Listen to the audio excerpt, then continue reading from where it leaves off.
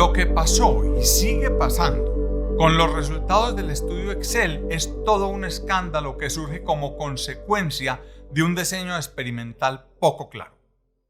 No importa si usted no es cardiólogo o cirujano cardiovascular. Lo que voy a presentar en este video es de la mayor importancia, no solo para los médicos de cualquier especialidad, sino también para la sociedad en general, porque tiene que ver con la forma como se diseñan y conducen las investigaciones médicas actuales, asunto responsable de la enorme crisis de credibilidad que estamos enfrentando. Cuando digo crisis de credibilidad, me refiero a que cada día se hace más difícil creer en los resultados que se publican porque, como lo había explicado con mayor profundidad en otro video, están plagados de conflictos de intereses que conducen a diseños manipulados y falaces, entre otros muchos problemas. Empecemos pues esta historia por el principio, como corresponde. La manzana de la discordia es la presencia en un paciente de una obstrucción coronaria significativa ubicada en el tronco principal de la coronaria izquierda. La ubicación de esta obstrucción define lo peligrosa que es, pues una oclusión aguda y completa del flujo sanguíneo en este punto significaría que una porción muy importante, muy grande del músculo cardíaco perdería su irrigación, lo que terminaría por producir un infarto enorme que, cuando no se cobra la vida del paciente, como suele pasar, causa una muy significativa pérdida de tejido miocárdico que no puede regenerarse, con consecuencias usualmente catastróficas para el enfermo. Por este motivo, se considera que una obstrucción significativa del tronco principal de la coronaria izquierda es una enfermedad grave que amenaza seriamente la vida del paciente. El tratamiento que otrora se recomendaba para estos pacientes era, sin dudarlo, cirugía de revascularización coronaria, es decir, bypass coronario a cielo abierto, cirugía que debería realizarse con una urgencia relativa que dependía de la condición clínica de cada enfermo. En cualquier caso, no se trataba de una cirugía que se pudiese aplazar demasiado. Lo usual era que, si el paciente estaba con mucha angina, se operaba de inmediato, como una urgencias, mientras que si se encontraba clínicamente estable, se operaba tan pronto se pudiera, usualmente esperando hospitalizado a que el efecto antiagregante de la aspirina se pasara en aquellos pacientes que la recibían. Sea como sea, no estamos hablando de una cirugía electiva que uno puede programar para después de vacaciones, como si de un procedimiento estético se tratara. Creo que ya me comprendieron la idea. Hace unos años, si a un paciente se le diagnosticaba enfermedad del tronco, se operaba a la menor brevedad. Digo que este era el procedimiento que se hacía antes porque a finales de los 80 aparecieron los stents, esas mallitas metálicas que se expanden con la ayuda de un balón dentro de las arterias coronarias, resolviendo así la obstrucción. Este procedimiento, que dicho sea de paso es mi especialidad, resulta mucho menos invasivo, no se necesita abrir el tórax del paciente y la recuperación es cuestión de horas. La terapia con stents ha progresado mucho en los últimos años y hoy en día puede realizarse con muy pocas complicaciones y con una muy alta probabilidad de éxito.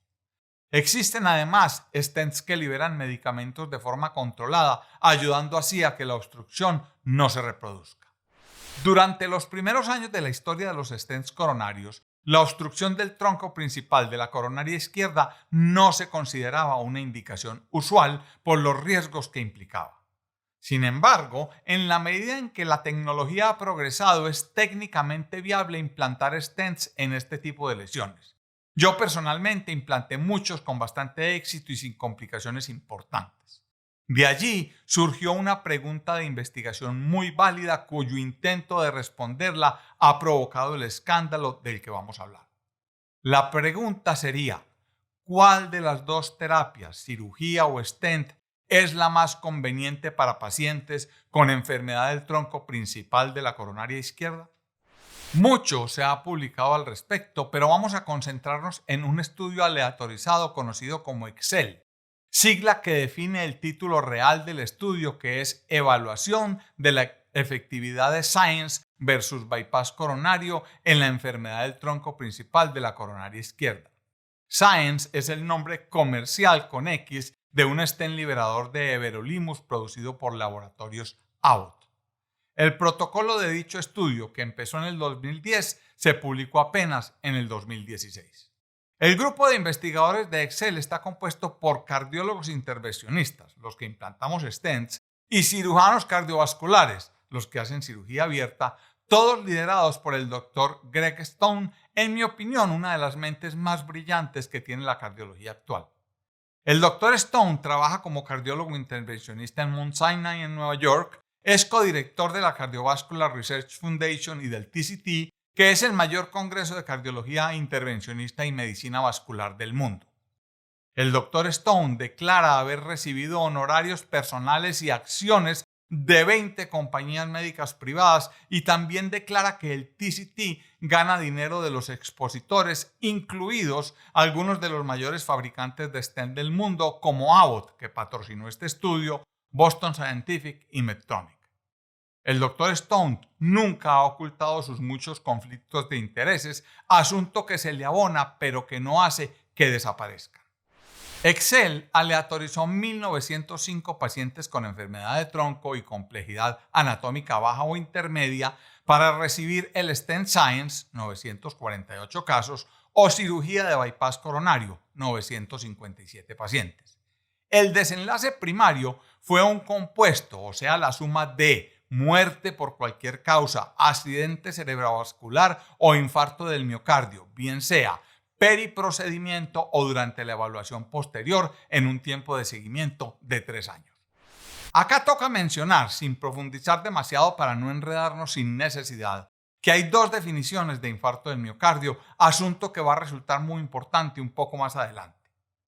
Hay una que se llama la definición universal, en la cual hay síntomas, cambios del electrocardiograma y elevación de las enzimas cardíacas, y otra que es la que la SCAI, la Sociedad de Angiografía e Intervención Cardiovascular, recomienda para establecer el diagnóstico de infarto periprocedimiento, en la cual basta con la sola presencia de elevación de las enzimas cardíacas, la CKMB en el caso del estudio Excel.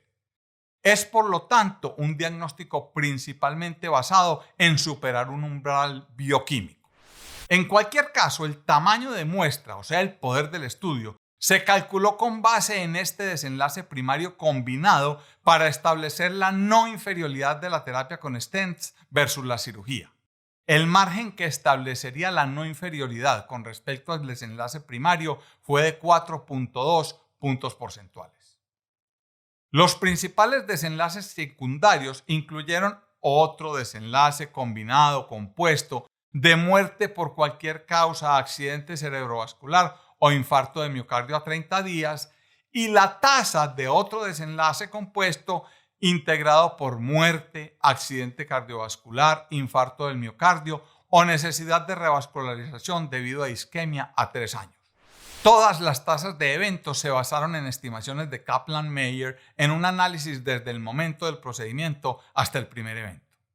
Acá tengo que anotar que los desenlaces compuestos se utilizan básicamente porque son la única forma de hacer estos estudios con una muestra razonable.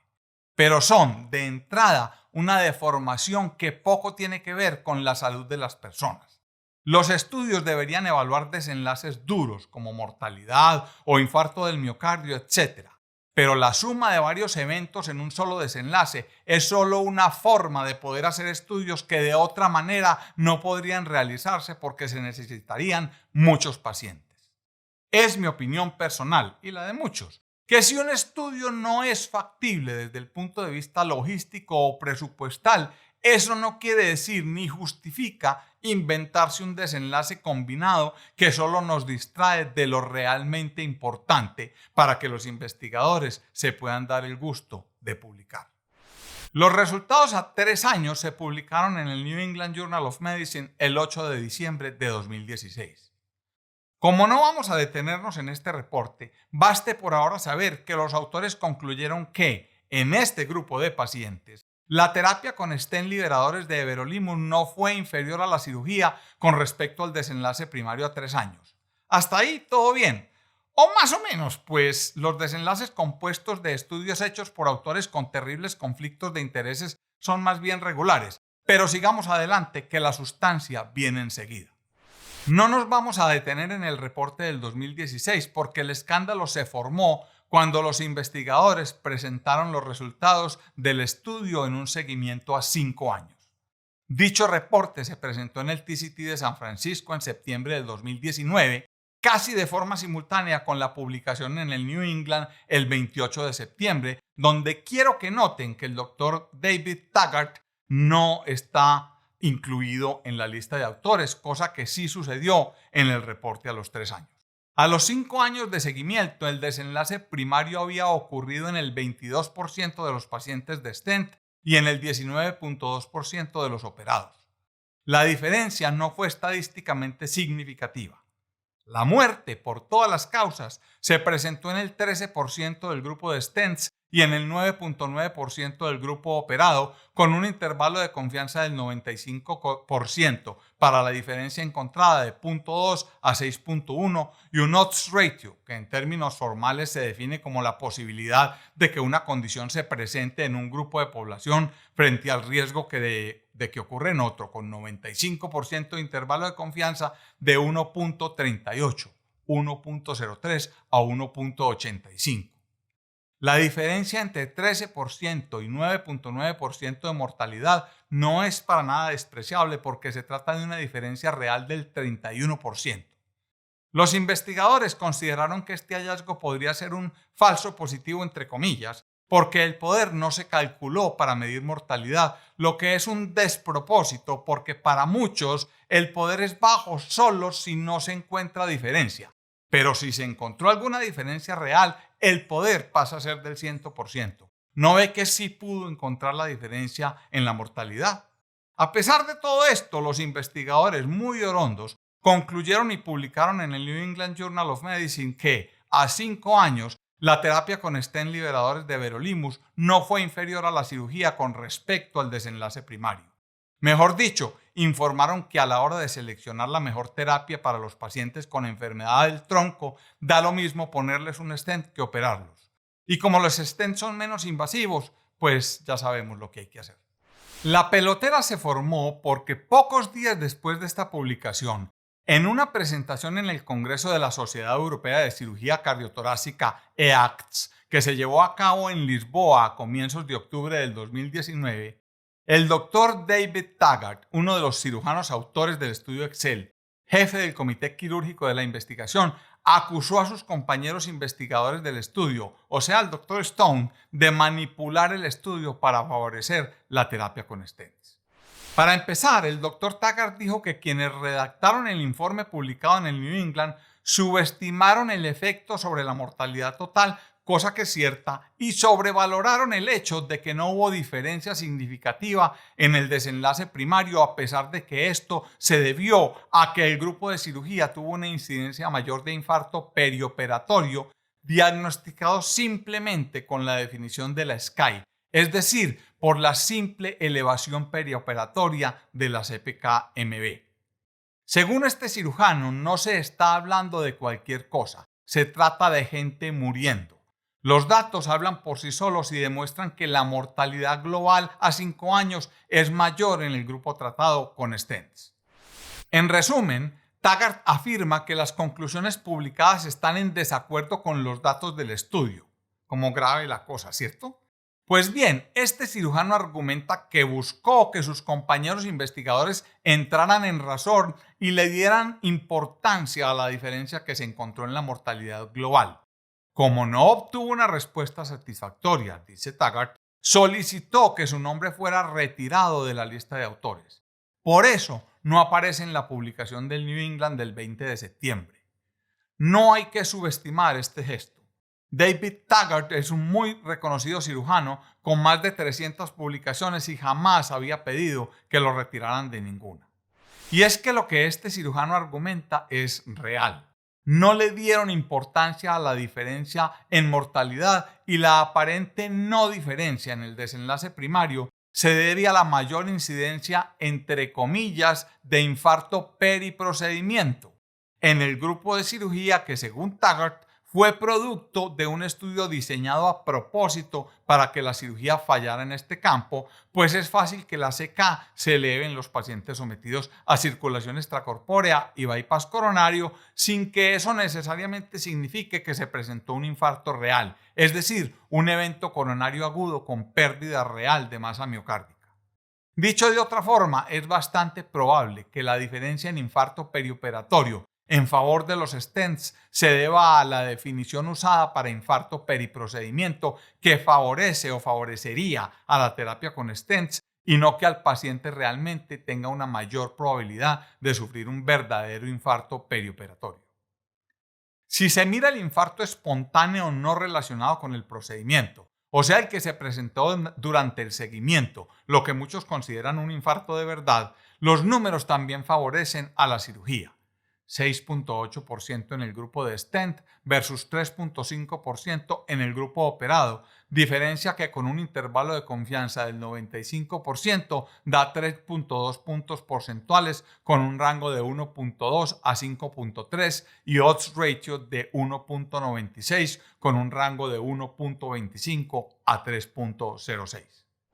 Greg Stone argumenta que 18 de las 30 muertes más que se presentaron en el grupo de stents fueron consideradas no cardiovasculares y que no hay diferencia significativa en las muertes de origen cardiovascular, 6.8 en el brazo de stents versus 5.5% en el brazo de cirugía. Me da pena con el doctor Stone, a quien tengo el gusto de conocer personalmente, gracias a que fuimos invitados varias veces como expositores en el curso de cardiología intervencionista de nuestro común amigo Constantino Constantini en el Hospital Cardiológico Constantini en Curitiba y por haber compartido podio en algún Congreso Mundial de Cardiología en Brasil. Pero hacer este tipo de análisis es un poquito forzado. En un esquema como este, mortalidad es mortalidad y discriminarla por causas hace que se pierda el poder, lo que podría simplemente diluir la diferencia, lo que no necesariamente significa que la diferencia no exista. El argumento luce bonito, pero no me parece suficientemente sólido. El tema se pone un poquito más espinoso porque el doctor Taggart argumenta, además, que la definición de infarto del miocardio se cambió a mitad de camino del estudio con la idea de favorecer la terapia con stents. Dicho de otra forma, Taggart acusa a Stone de que el estudio fue arreglado para que mostrara una ventaja de los stents sobre la cirugía. Acá estaríamos hablando de palabras mayores, asunto que, entre otras cosas, y por lo mucho que conozco este ambiente, me sorprende poco. Greg Stone, por supuesto, niega rotundamente que esto haya sucedido. ¿Quién dice la verdad? Que entre el diablo y escoja. Y yo creo que el diablo no es quien debería resolver las controversias científicas.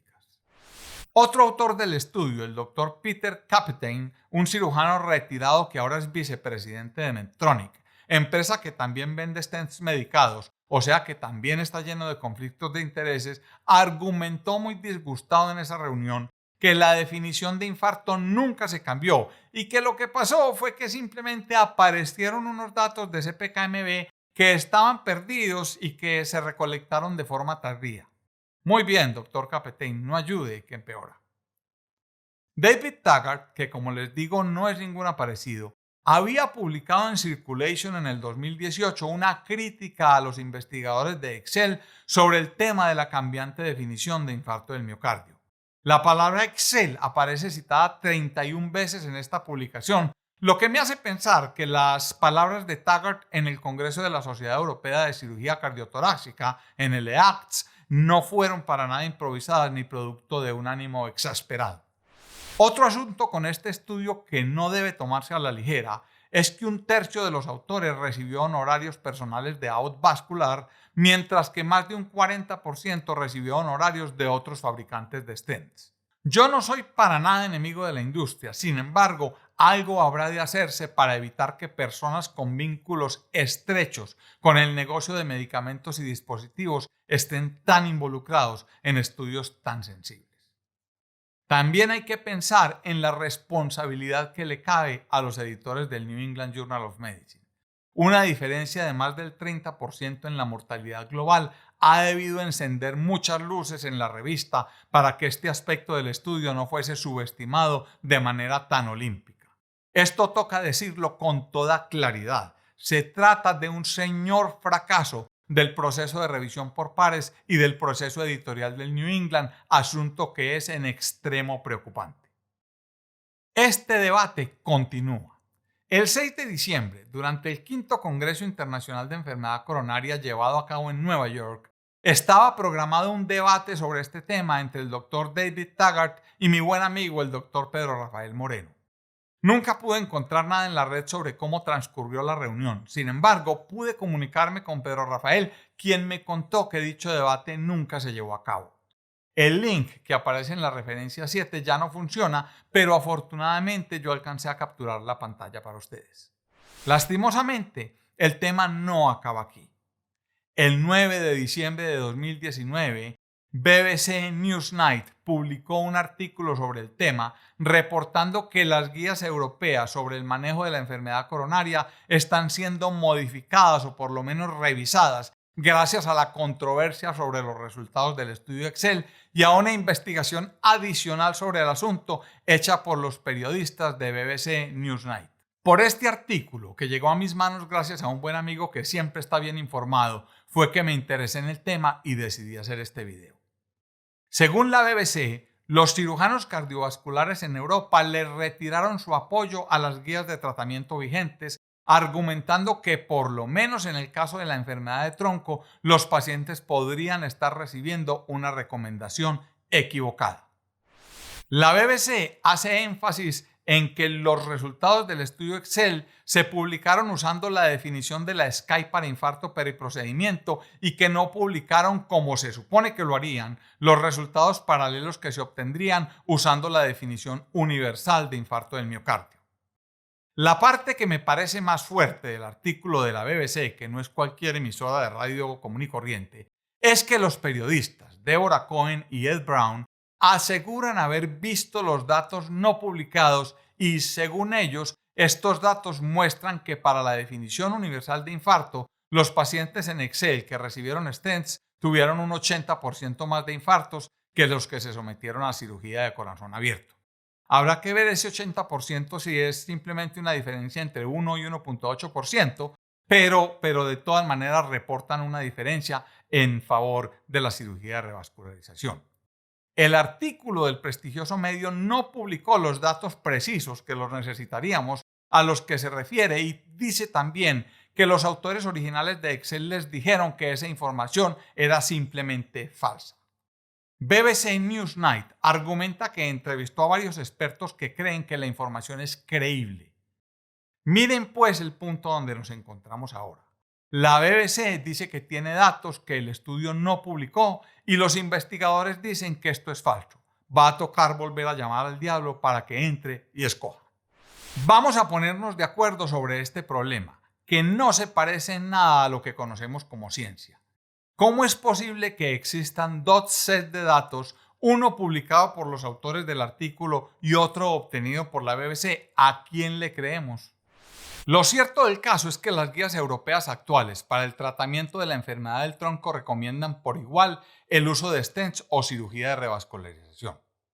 Según los periodistas de la BBC, algunos representantes de la Asociación Europea de Cirugía Cardiotorácica que colabora en la elaboración de las mencionadas guías, les dijeron que, de ser ciertos los datos, entre comillas, nuevos de Excel, esta recomendación no sería segura y las guías deberían modificarse para recomendar la práctica de cirugía de revascularización en estos pacientes.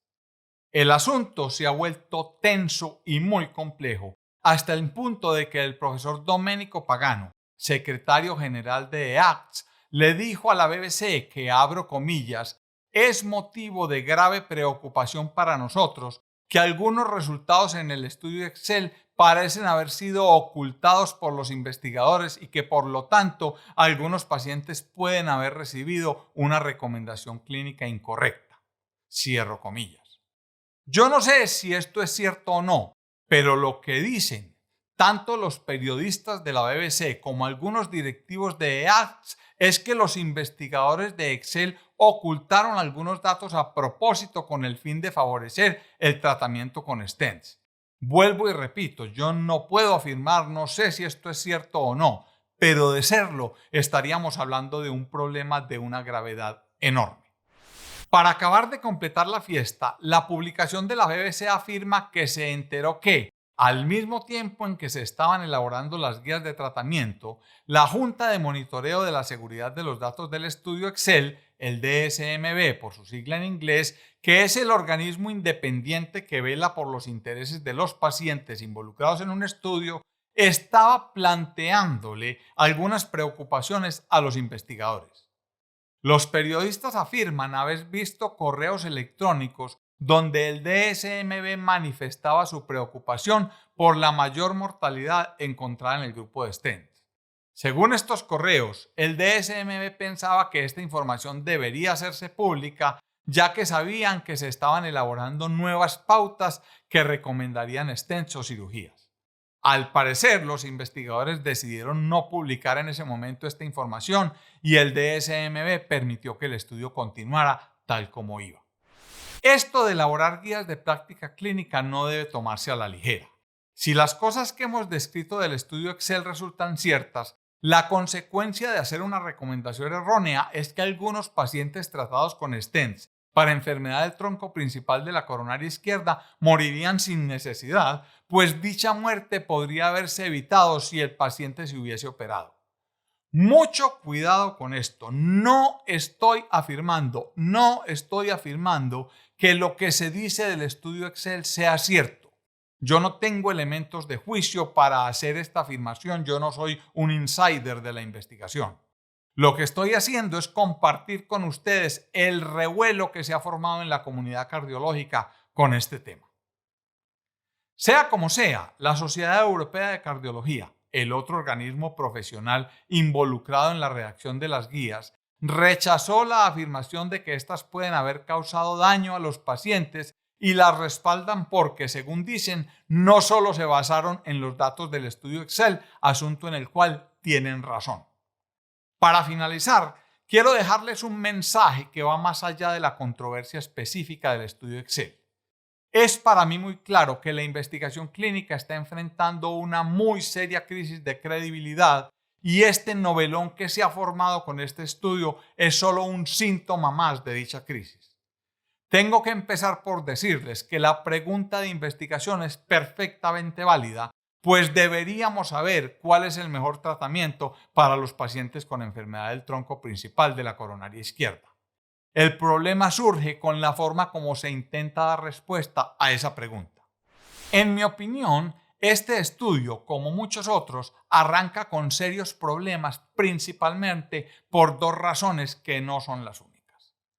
Primero, los investigadores tienen demasiados conflictos de intereses porque ganan dinero proveniente de las compañías que fabrican stents, medicamentos o dispositivos. Aunque estos conflictos se declaren, la declaración en sí misma no los borra, solo los hace públicos, por lo que el efecto que dichos conflictos puedan tener en el diseño y la conducción del estudio no necesariamente se corrige.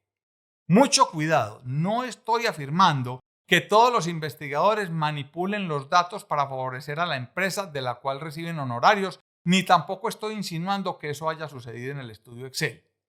Esto yo sé que sucede en el mundo de la investigación, pero no creo que sea lo más común. Los efectos de los conflictos de interés pueden ser inconscientes, sutiles, pero definitivos a la hora de obtener una respuesta correcta a la pregunta de investigación. Por esta razón, yo creo que este tipo de estudios deberían ser diseñados y conducidos por investigadores independientes que preferiblemente trabajen para una organización estatal como el NIH en el caso de los Estados Unidos. Es mi opinión que no basta con declarar los conflictos de interés. Hay que sacarlos de la ecuación para que los estudios se concentren en obtener una respuesta correcta para la pregunta de investigación sin que nada más se atraviese a la hora de tomar decisiones de diseño, conducción e interpretación de un estudio determinado. En otras palabras, si usted recibe algún tipo de beneficio de la industria, por pequeño que éste sea, debería declararse impedido para hacer estudios que evalúen los productos de esa industria. Segundo, otro problema enorme de muchos estudios clínicos modernos es el tema de los desenlaces que se escogen para determinar si un tratamiento sirve o no. Se los voy a explicar sin darle muchas vueltas al asunto. Un estudio serio debería escoger desenlaces entre comillas duros para evaluar los resultados de una investigación. Me refiero a mortalidad, incidencia de infarto del miocardio, etc. Lo que sucede es que a la hora de calcular el tamaño de la muestra, si un estudio pretende usar un desenlace primario importante, como mortalidad por ejemplo, el tamaño de la muestra que se necesitaría suele ser enorme, lo que hace que el estudio se vuelva demasiado costoso o incluso imposible de realizar desde el punto de vista práctico. La respuesta de los investigadores modernos es inventarse un desenlace combinado, como el que se inventaron en Excel, que es la suma, o era en Excel la suma, de muerte por cualquier causa, accidente cerebrovascular o infarto del miocardio, bien sea periprocedimiento o durante la evaluación posterior. La razón real por la que se usan este tipo de desenlaces no es porque sean buenos en sí mismos, sino porque permiten hacer el estudio con menos pacientes. El problema es que la interpretación de los resultados se vuelve compleja e incluso fácil de manipular, como sucedió en el estudio que hemos analizado en el día de hoy. En resumen, lo que quiero que se entienda es que cuando un estudio evalúa un desenlace combinado, lo hace como un recurso para disminuir el tamaño de la muestra y no porque sea la mejor forma de responder la pregunta de investigación. Para resumir el cuento, es cada día más claro que los estímulos para la investigación clínica moderna son perversos. Hay muchas publicaciones al respecto y si alguien quiere profundizar en el tema, les sugiero ver el video que les dejo en la referencia 1. Estoy seguro que varios de mis amigos que hoy en día tienen una exitosa y brillante carrera en los Estados Unidos y con los cuales he podido conversar sobre el estudio Excel no se van a poner muy felices con lo que estoy diciendo, pero es cierto y ellos lo saben. Tenemos que hacer grandes cambios en la forma como hacemos y consumimos investigación hoy en día. Me hace mucha ilusión el trabajo que al respecto está haciendo la gente de Metrics y otros grupos que están preocupados por lo que estamos viendo. Toda esta novela del estudio Excel, donde vemos investigadores plagados de conflictos, discutiendo públicamente y de forma airada, incluso en las redes sociales, los problemas metodológicos e interpretativos de un estudio, solo me produce vergüenza ajena. Los invito a todos a hacer una reflexión serena sobre lo que está pasando con la investigación científica para que podamos hacer una lectura crítica de tanta basura que aparece publicada incluso en las revistas de más alto impacto como el New England Journal of Medicine. En el ejercicio de esta profesión solo debería importar el paciente. Es él en lo único que deberíamos pensar en cada acto médico y en cada intento de responder una pregunta de investigación. Muchos colegas piensan primero en su prestigio, luego en sus ingresos, luego en su carrera y por último en el paciente. Mala cosa, muy mala cosa. Hay que tener mucho cuidado con la forma como se interpreta el mensaje que estoy dando en este video. Es muy posible que los stents sean el tratamiento de elección para los pacientes con enfermedad del tronco y anatomía favorable. Yo incluso así lo creo, pero eso es solo mi opinión que debería importar muy poco. Lo que quiero que comprendan es el daño que puede hacérsele a la ciencia misma cuando se hace un estudio con un diseño por lo menos confuso, hecho por investigadores plagados de conflictos, con desenlaces artificialmente construidos y cuya conducción genera tanta animosidad y controversia entre los mismos investigadores. Eso ha sido todo por este video. Los invito a ver otros que tengo en mi canal, la mayoría relacionados con ciencia, epidemiología clínica y metodologías de la investigación científica. En las esquinas les voy a dejar 2 de ellos. Si les gustó el video, los invito a darle like, a suscribirse al canal y a activar la campanita para que YouTube les avise cuando suba un nuevo video.